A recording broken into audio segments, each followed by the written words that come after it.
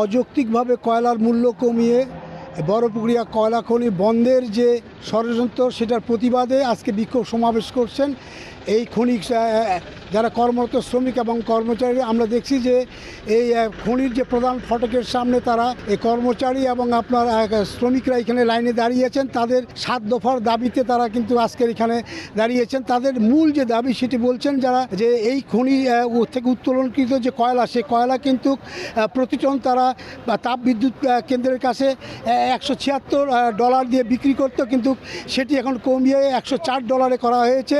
তাদের যেটা মূল দাবি তারা বলছেন যে এই খনির যে পরিচালনা যে পর্ষদ রয়েছেন সেটা কিন্তু পিডিপির কর্মকর্তার দ্বারা পরিচালিত। এই কারণে তারা তাপবিদ্যুৎ কেন্দ্রের স্বার্থটাই তারা দেখছেন।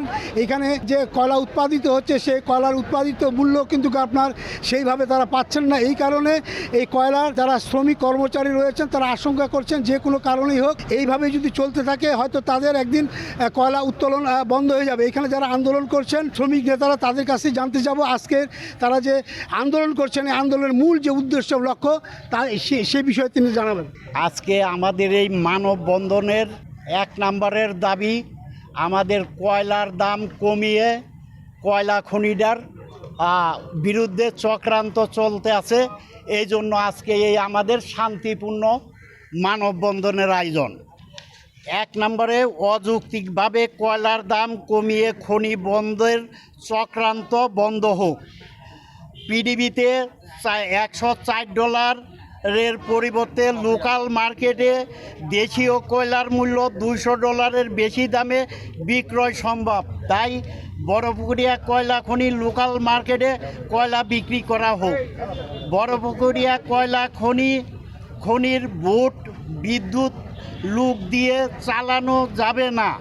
খনি আমাদের রুজি, তাই কয়লার দাম নির্ধারণে আমাদের মতামত নিতে হইবে। নিশ্চিত দিতে হবে যে বড়পুকুরিয়া কয়লা খনি আদমজি পাটকলের মতো পরিণত হবে না।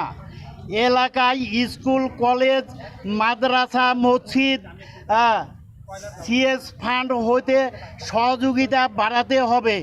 খনিতে কর্মরত শ্রমিকদের রেশন ও অন্যান্য সুবিধা দিতে হবে।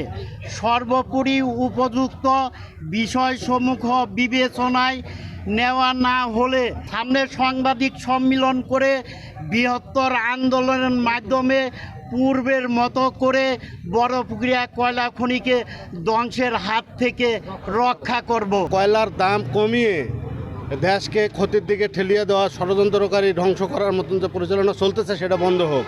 আর প্রথম কথা হলো আমার বিদ্যুৎ বিভাগের লোক দিয়া পেট্রোল সেক্টরের কোনো পরিচালনা কমিটিতে রাখা যাবে না, এটা অবিলম্বে প্রত্যাহার করা হোক। বর্তমানে কয়লার দাম যদি হ্রাস হয় তাহলে আমাদের এখানে যারা আমরা কর্মরত আছি প্রায় 1,500 শ্রমিক, আমাদের বেতন ভাতা সহ অন্যান্য সকল সুযোগ সুবিধা বন্ধ হয়ে যাবে। আমরা এখানে 276 জনের অস্থায়ীভাবে শ্রমিক আছি, যেটা ম্যানেজমেন্টের সাথে প্রতিশ্রুতি রয়েছে ইতিমধ্যে যে আমাদেরকে স্থায়ী করবে।